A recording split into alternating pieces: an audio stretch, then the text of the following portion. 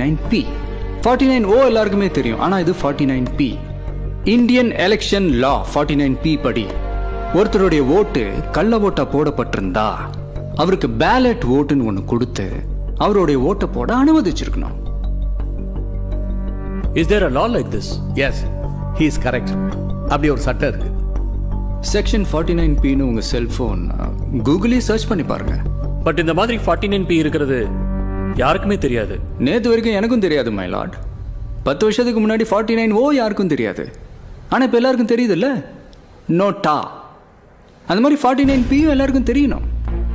இப்படி ஒரு சட்டம் இருக்குன்னு நீங்க சொல்றதை விட அதே ஒரு சென்சேஷனல் தீர்ப்பு மூலியமா சொன்னா ஒரே நல்ல இந்தியா ஃபுல்லா தெரியும்.